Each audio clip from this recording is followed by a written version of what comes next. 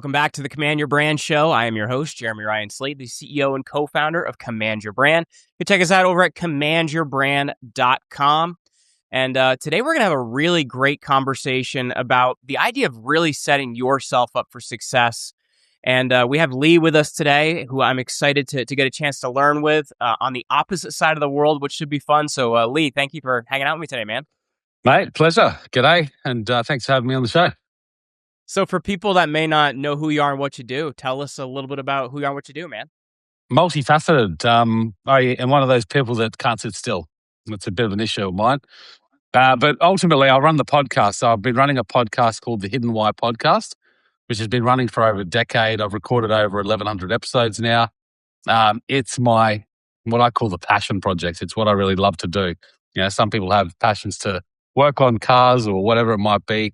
The Hidden Why is my baby, and I just love it. So I've been doing that for a long time, and almost as long as I've been in real estate. So I've been selling real estate here in Australia for a little bit longer than the podcast has been running. I actually started the podcast in my first year of real estate, and so I do that as well. Other than that, mate, I am a passionate foodie. Love to get in the kitchen, love to cook, and just love all things nature too. I can appreciate the foodie portion because so we just had our fourth daughter in May. Wow.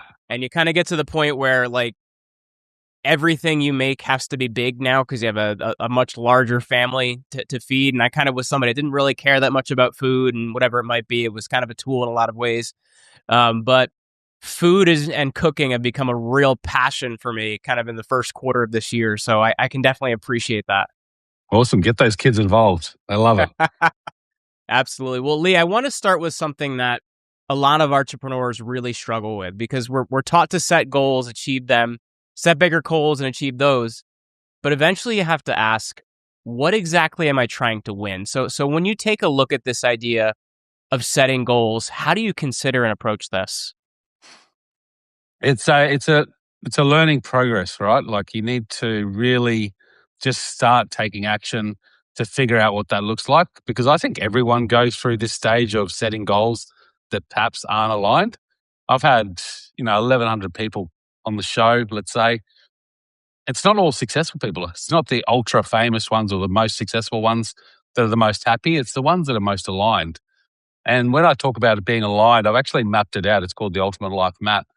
And you really need to be clear on your life compass. And that adds up to what your values are, what your strengths are, what your needs are, and what your passions are.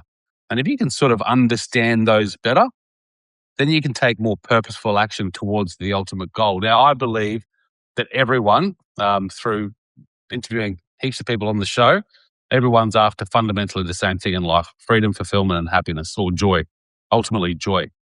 So what is the best path that's going to take you to feeling that level of joy in life? And when I talk about joy, I'm not talking about the pleasure centers that you get from dopamine hits and things like that. I'm talking about feeling alive in this experience because we only get the one experience.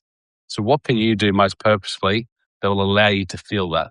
And that's what I think it's about. So firstly, it comes down to being aligned with yourself, your values, your needs, your strengths, and your passions, and then taking more purposeful action from there.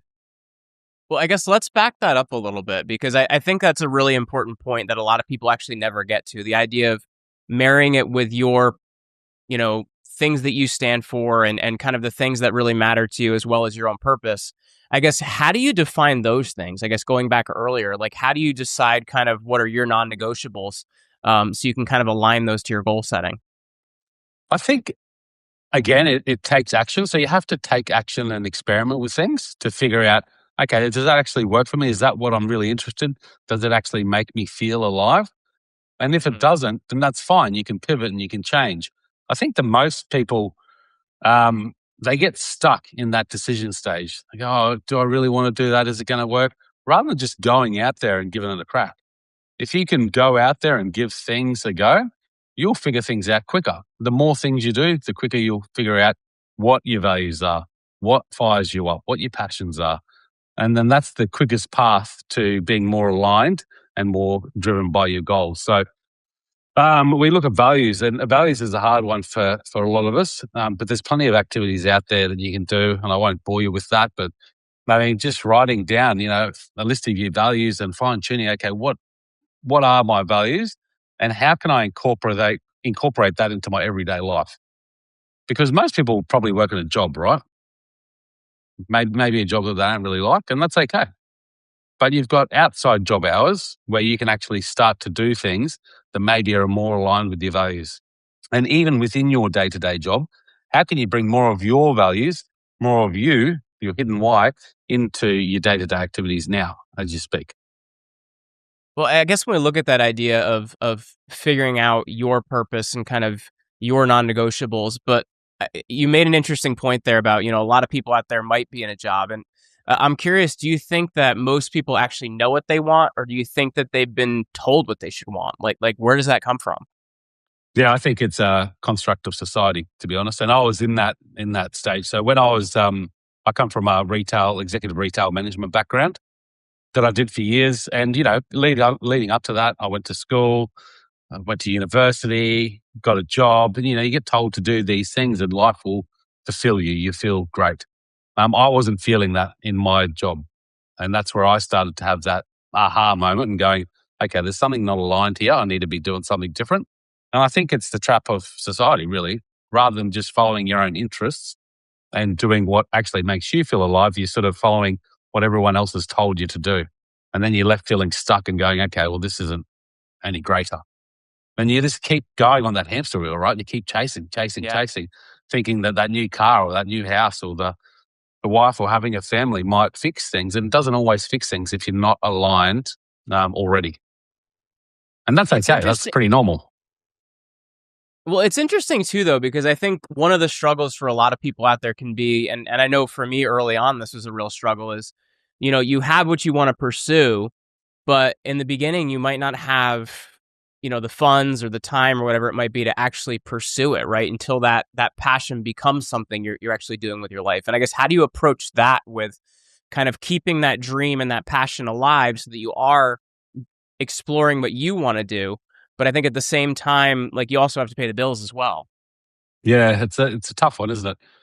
And I don't know if I've got the right answer for that, to be honest. I think, when I was working my job and I was really quite dissatisfied with it, I started looking at, okay, what are my values and what's going to make me feel good about today?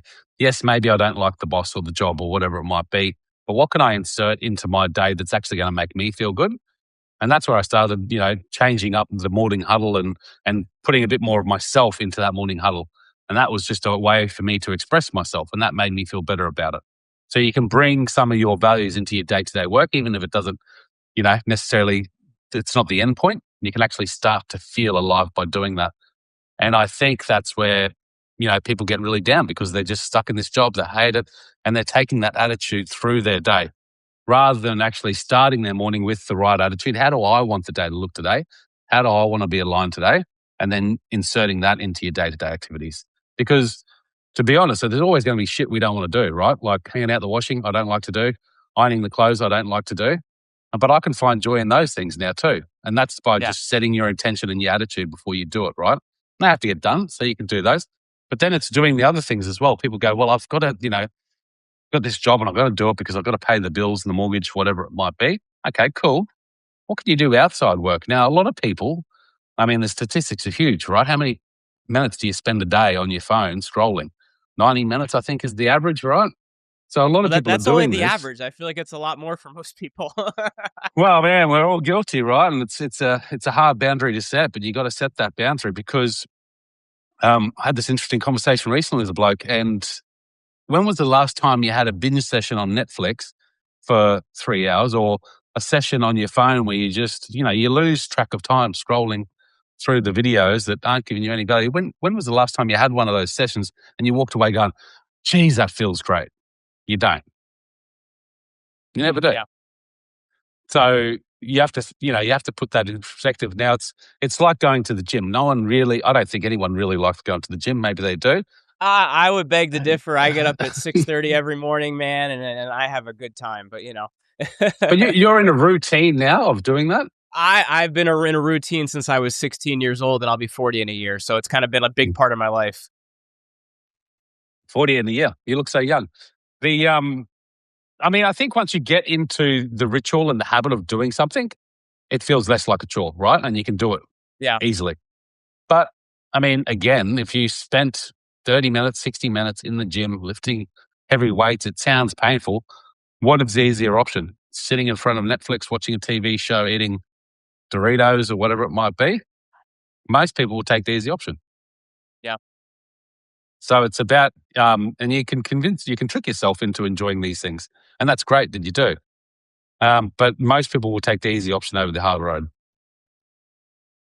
Well, you know, it's interesting though, when you are kind of starting to pursue your passion, and this is my opinion, you may disagree with it. I think it's bad advice that a lot of people give that, and I'll give an example of this. There's a story about Alexander the Great when he leaves Macedon and he's going to go conquer Persia.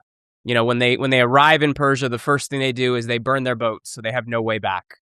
And I think a bad piece of advice a lot of people are given is, you know, burn the boats, go all in, whatever it might be, you know, go after that passion.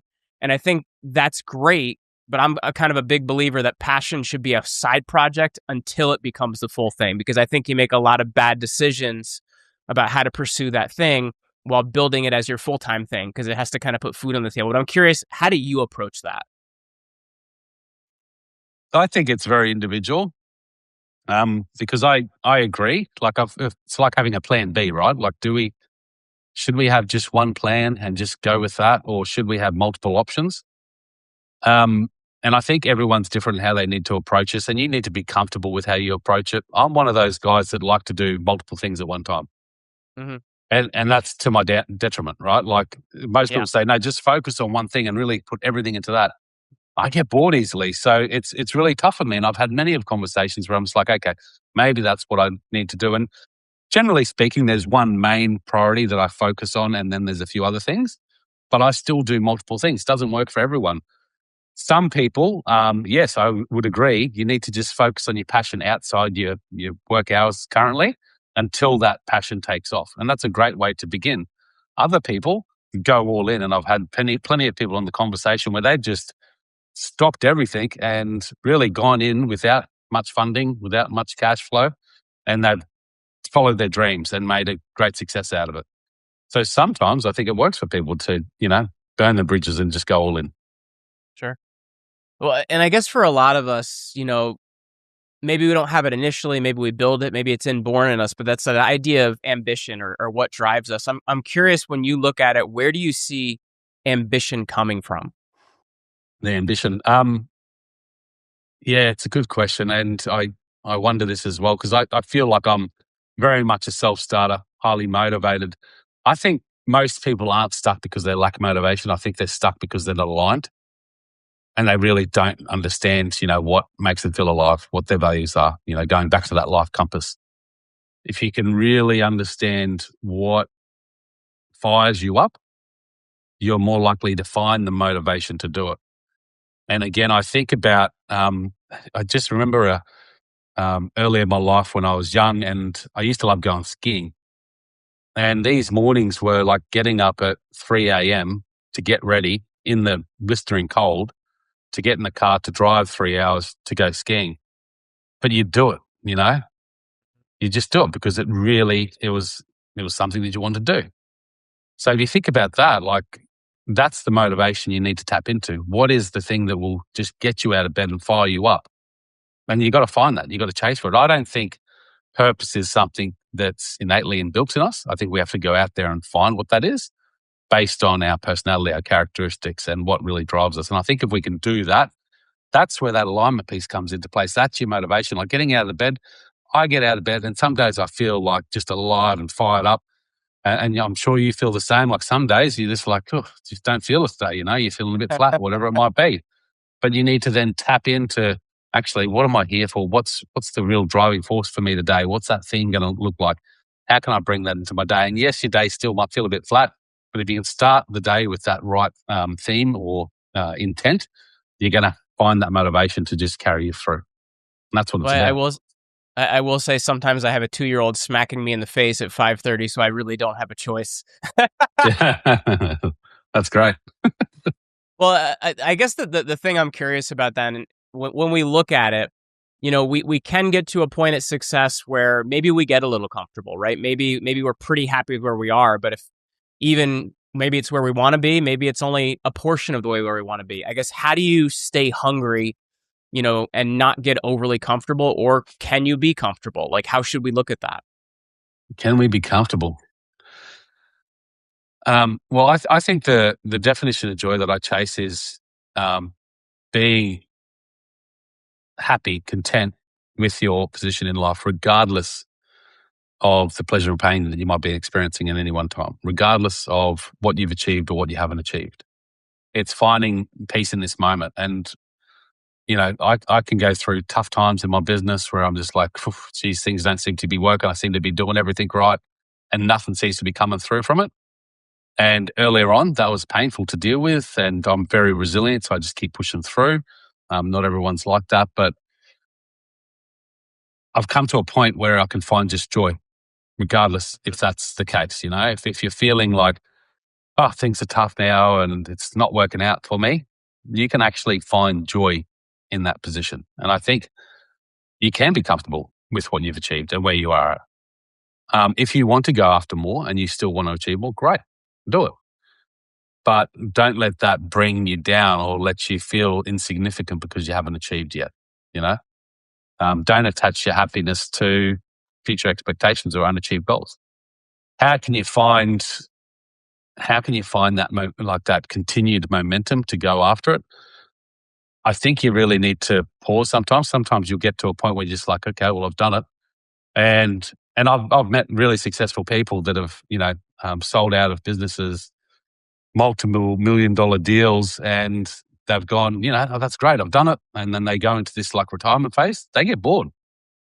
But what they do, some are different, but some people just spend that, 12-month period just holidaying or reflecting and really just reassessing, okay, where now?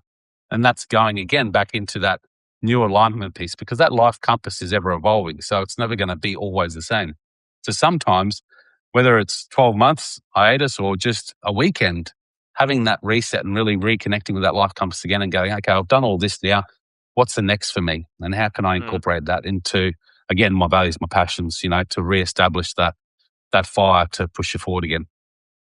Well, Lee, there's something that I really suck at. Like, I'm good at setting goals, achieving those goals, and they're usually like really big goals.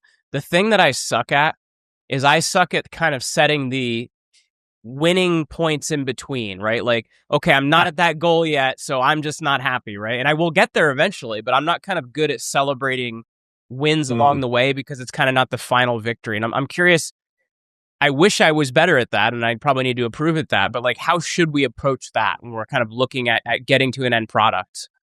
Yeah, I'm pretty much the same as you. It's been something that I've never been good at. I just go. I get to a goal and I keep going. I don't even take a moment to smell the roses, right? And that is a problem. Like, and people will tell you, like, okay, well, if you're going to set a goal, what's the reward at the end of the goal? Because when you're setting your goal, that's when you should actually set, okay, well, if I get there, how am I going to treat myself? How am I going to treat my family? What I'm going to do to give back to others when I reach that point.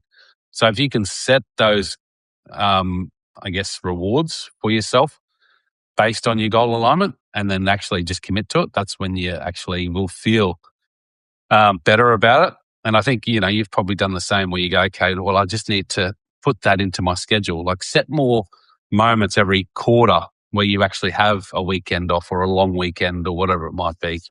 If you achieve a certain target, okay, well, what can I do to celebrate myself or celebrate the team once we achieve that? And actually put that in the calendar to make it happen.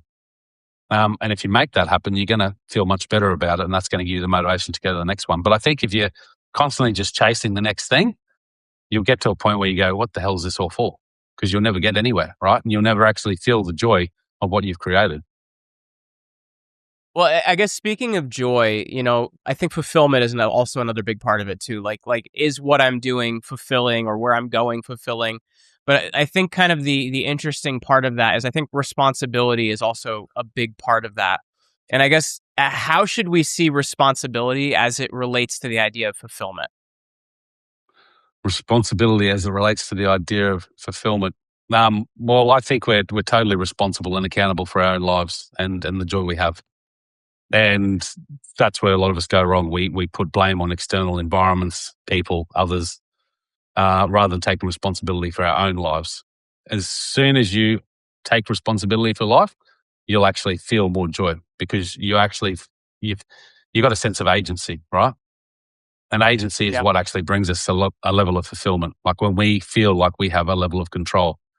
If you're not taking responsibility, generally you're saying, well, it's just because of my circumstances or my upbringing, or, that person over there is just better looking so he can pull it off better than me, whatever it might be.